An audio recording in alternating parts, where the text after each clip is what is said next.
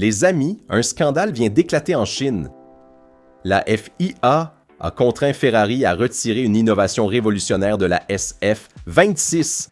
Et ce qui est incroyable, c'est que l'élément avait déjà passé tous les contrôles techniques sans le moindre problème.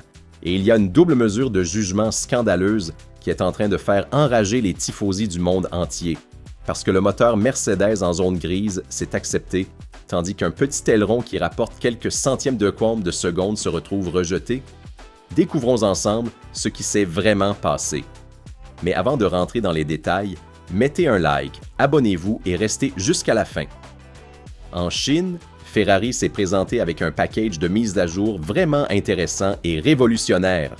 En plus des débuts sur un week-end de course de l'aileron Macarena sur la colonne centrale du halo, un dispositif aérodynamique totalement inédit est également apparu.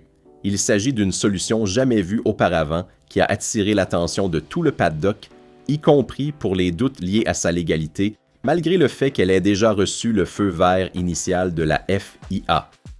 À Shanghai, la SF26 arborait un petit package de nouveautés concentrées dans différentes zones de la voiture. La plus importante était la version un renforcé de l'aileron Macarena, ensuite retiré après les FP1 en raison de divers problèmes encore prématurés. Il y a eu également une légère modification de la suspension arrière pour améliorer le comportement en virage. Mais la vraie surprise, c'était les deux déflecteurs sur la partie du halo qui se termine au centre de la voiture. Personne ne s'y attendait. L'équipe technique de Serra, avec le département aérodynamique de Diego Tondi qui ne cesse de surprendre, s'est une fois de plus poussé aux limites de l'innovation pure. La solution fait partie de ces nouveautés relevant de la micro-aérodynamique. Elle représente une mise à jour qu'aucune autre équipe n'avait encore introduite en Formule 1. Ferrari, une nouvelle fois pionnière dans le développement. Les deux flaps montés sur le halo ont pour mission d'assainir le flux d'air extrêmement turbulent généré par la colonne centrale du halo. L'objectif était de rendre les flux plus efficaces au-dessus de la tête du pilote. En déviant le flux depuis le casque du pilote et en le dirigeant également vers l'airbox, le système réduit la résistance aérodynamique. Il peut également apporter des bénéfices en termes de charge aérodynamique globale. Et voilà le coup de théâtre qui a mis le feu aux poudres. Ferrari a utilisé cette solution lors de la journée de vendredi, avant de la retirer entre samedi et dimanche. L'équipe italienne a dû enlever les nouveaux mini-ailerons positionnés sur le halo durant le week-end en Chine à la suite de discussions avec la FIA. Cet élément avait pourtant été testé et avait passé les contrôles techniques pour la course sprint sans le moindre problème. Malgré cela, la FIA a exercé une pression pour pousser l'équipe à retirer l'élément. La décision est arrivée après que la fédération a soulevé des questions sur l'interprétation du règlement. L'équipe de Maranello a préféré ne pas gaspiller son énergie sur cette question ni risquer des problèmes après la course. Le team a estimé que cela ne valait pas la peine de continuer à débattre de la question en Chine, ni de courir le risque d'éventuels problèmes après la course. Si la FIA avait pris une position contraire ou si une équipe rivale avait déposé une réclamation formelle, les conséquences auraient pu être lourdes. Il n'y a aucune explication officielle sur la vraie raison pour laquelle les ailerons ont été retirés de la voiture. Selon des informations obtenues par The Race auprès d'une source très fiable chez Ferrari, il y avait eu un débat animé sur le fait que les ailerons se trouvaient à la limite du règlement. La Scuderia a décidé de ne pas risquer d'éventuelles répercussions lors des vérifications d'après-course. Attention à ce point fondamental. Cela signifie que la FIA n'a pas déclaré la solution illégale. Elle analyse le cas pour fournir une réponse définitive à Ferrari, qui pourrait donc la réintroduire lors des prochaines courses. Les discussions vont se poursuivre pour obtenir une clarification sur la légalité de l'élément, afin de comprendre s'il est possible d'implémenter la nouveauté sur la SF26 à l'avenir. Le fait qu'elle ait initialement été approuvée a toutefois soulevé des interrogations évidentes. Comment est-il possible qu'un élément passe les contrôles et soit ensuite remis en question? La situation est très confuse et la FIA doit apporter des réponses claires. Le règlement technique de la Formule 1 autorise l'ajout d'appendices aérodynamiques sur le halo, mais uniquement le long de son bord supérieur.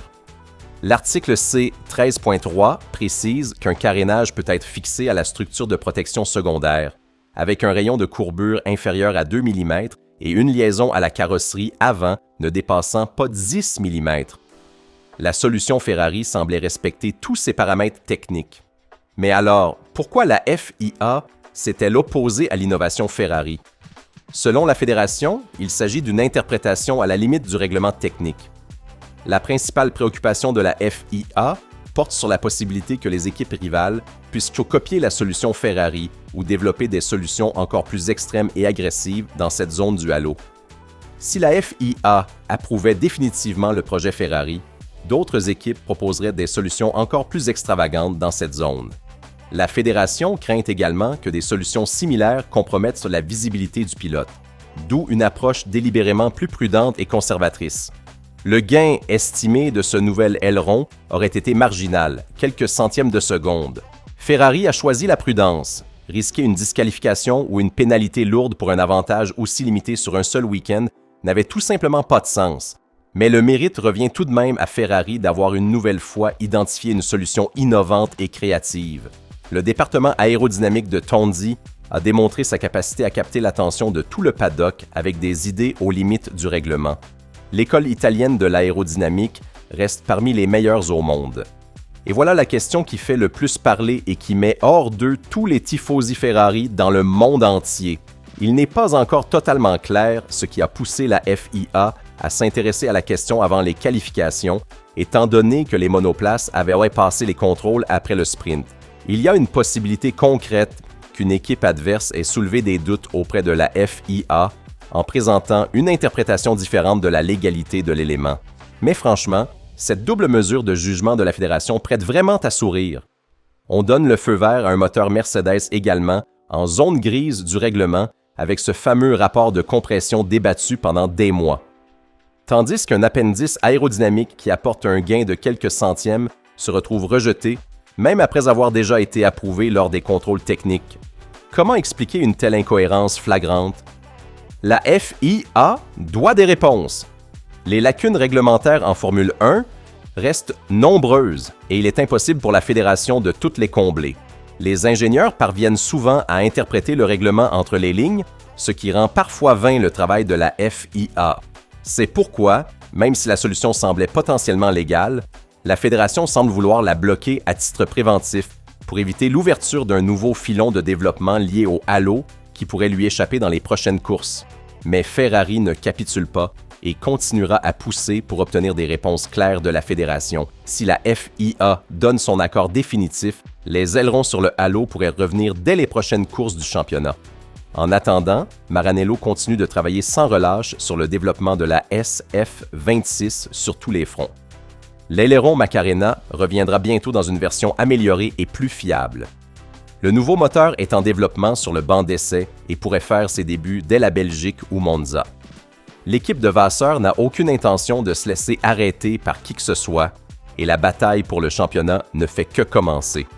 Si vous avez aimé découvrir ce qui s'est passé avec l'aileron sur le halo, laissez un like et abonnez-vous à la chaîne. Pensez-vous que la FIA a raison de bloquer cette solution innovante ou s'agit-il d'une double mesure de jugement scandaleuse qui favorise Mercedes? Dites-le dans les commentaires.